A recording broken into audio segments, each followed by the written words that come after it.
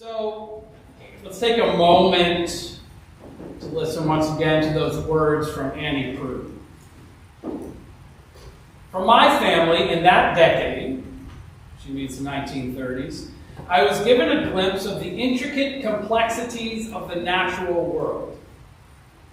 But as I grew older and read and traveled, I learned that the 1930s were years of vile human behavior in a world that hubristically considered itself civilized. So, like I said, it's a very similar theme from last week, because repetition is good. And when I was preparing for last week's sermon about Jonah and the whale, or the big fish, or the sea monster, I know some of you were here, and most people know the Jonah and the whale story.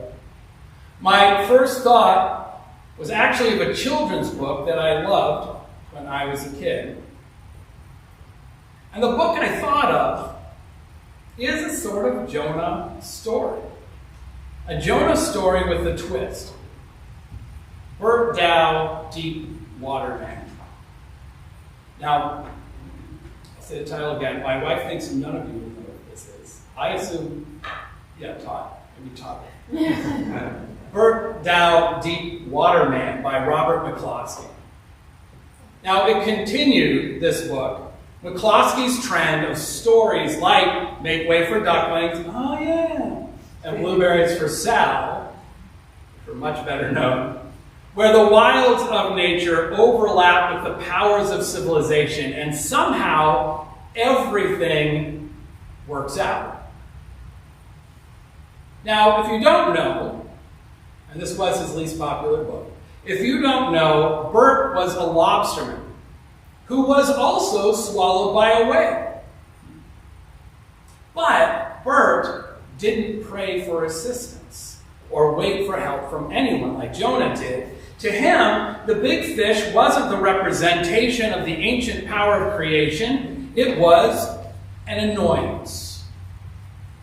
So trapped in the belly of the beast, Bert used old buckets of paint in his lobster boat to paint the whale's stomach lining, to give it indigestion until he and the boat and a friendly seagull were vomited out back into the ocean. Now, when I was a kid growing up, when, at least on a day-to-day basis, we were more of a threat to the natural world than it was to us, I wondered why Jonah wasn't more proactive, like Bert. I wondered why Jonah didn't play the clever modern and outwit the big dumb whale. I think all my young friends did too. Now, like Annie Proulx, although much later, we understood, me and my friends, when we were very young, that nature was something to be respected and at times feared. After all, we were the ones who had fallen through the ice. We had cracked our ribs sledding. We had broken limbs and gotten concussions falling out of trees. But a great deal happened to the earth between the 1930s and the 1970s. So perhaps unlike Proulx, at the same age, we also had a sense that in the end, nature could actually be outwitted. And we humans, like Bert Dow, put our minds to it. That it could and would be bent to human uses, like the farms next to our houses, or the parks where we would go hike and camp, or the Androscoggin River that ran through our downtown, one of the top 10 polluted rivers in the country, where the mills dumped their dyes and their bleaches until the pillars of toxic foam rose above the banks, touching the bottoms of the bridges, and the smell of money, as we said when I was a kid, the smell of money, of the fumes from those liquefied chemicals, was a regular part of our lives.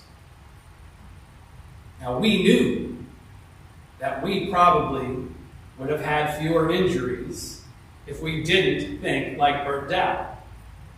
And the river which was injurious to all of us, children and adults in my hometown, the river was already designated a national problem, receiving some of the first funds from the Clean Water Act when I was 2 years old.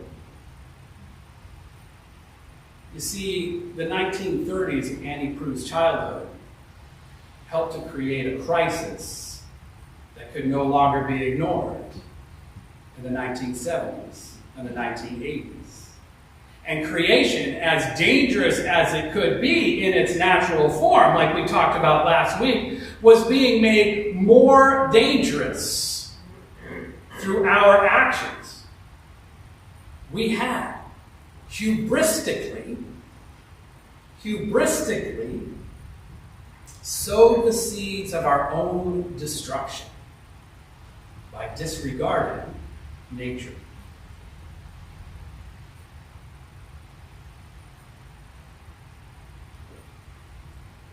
Now that idea that we could and should control nature was and is still ingrained in us at a young age.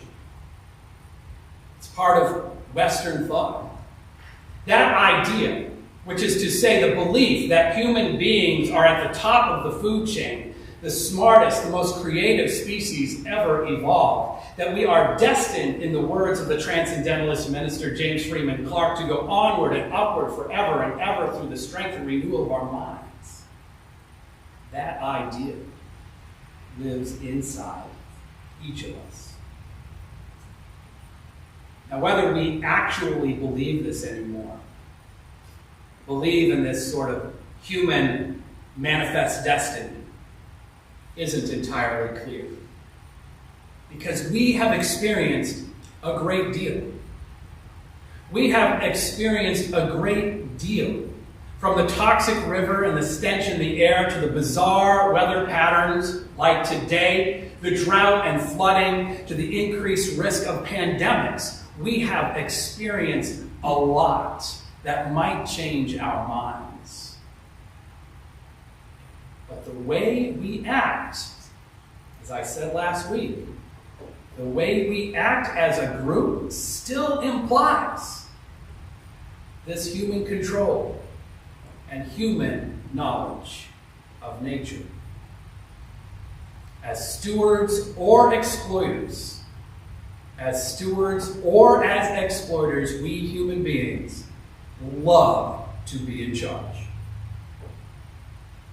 Now, the old debate about the environment, one where we decide what nature has for us and arrange things to our liking, goes at least as far back as Genesis chapter 1. Be fruitful and multiply and fill the earth and subdue it and have dominion over the fish in the sea. Have dominion over the fish of the sea and the birds of the air and every living thing that moves upon the earth.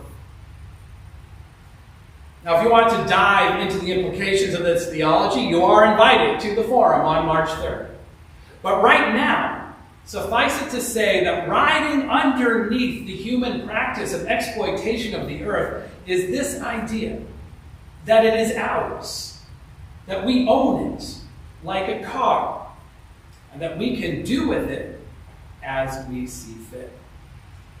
We can do what we feel we want to do as a group and as property owners. It undergirds the thinking of those polluters of the river and the air, and it also undergirds the thinking of the people who make the parks and the preserves. The question for both of them, though they disagree, the question both of them are asking is, what services can the earth provide us? What services can the earth provide us? Is the river power for the mill and a dumping ground for waste? Or is it a place to fish for food? Is the mountain a source of nickel or iron or coal? Or is it a place to go skiing in the wintertime? One answer is clearly better for the planet, but in both outcomes, the basic question is the same. How can the earth, how can creation, as we say in church, serve humanity? Rather than a different question. How can we be of service to it? And through that service to the entire ecosystem, be of service to humanity. You see, there is another way. And one that we have also subscribed to at the same time, though it isn't really compatible with the dominant theology that our capitalist culture projects. This other way, by the way, will be the topic for the forum on March 10th. You see, there is no requirement for church people or any people to follow a rule like the one in Genesis, extrapolated from an ancient story that could not conceive of the industrial advances of the late 19th and early 20th century. There is no requirement that human beings stay perched in our privileged place while creation suffers beneath us. Now again, as I said last week, we can learn and practice. We can learn and practice not rulership, but relationship. Not rulership, but relationship with creation. However, that is harder to do than to keep on keeping on, trotting our path to self-destruction. Our species is not adept at seeing slow and subtle change, says Annie Proulx.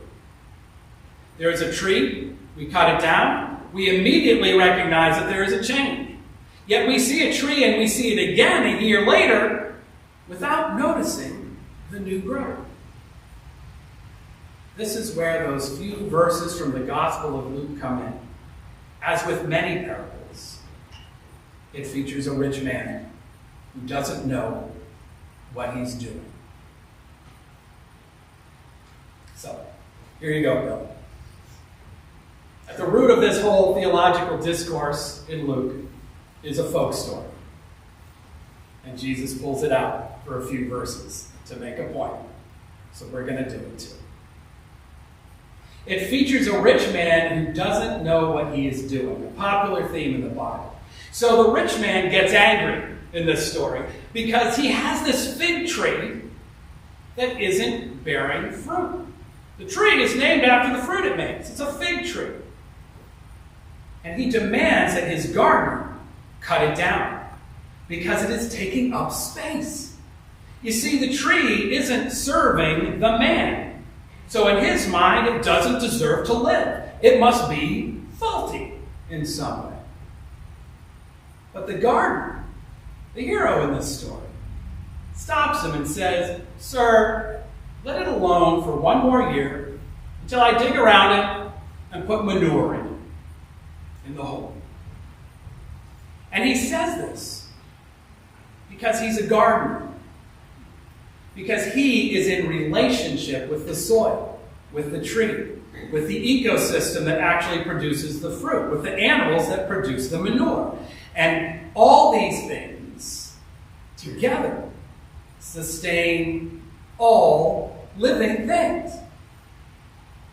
So this man is being patient. He's reading the signs. He's not asking, what does the ruler require? But instead, what can we all contribute so that we all get what we need? The soil needs the manure from the animals. The tree needs a fertile soil. The boss needs a fig. Now this change we talked about last week too. And we talked about how it doesn't arrive right away. Annie Proulx writes that to observe gradual change takes years of repetitive passage through specific regions, week after week, season after season, noting sprout, bloom, and decay, observing the local fauna, absorbing the rise and fall of waters. It takes time and knowledge. It takes listening and learning. But then, in a year's time, there's the fruit, and the cycle starts again. So let's take a moment to think of the subtle changes we have seen in creation and in our lives as we are part of creation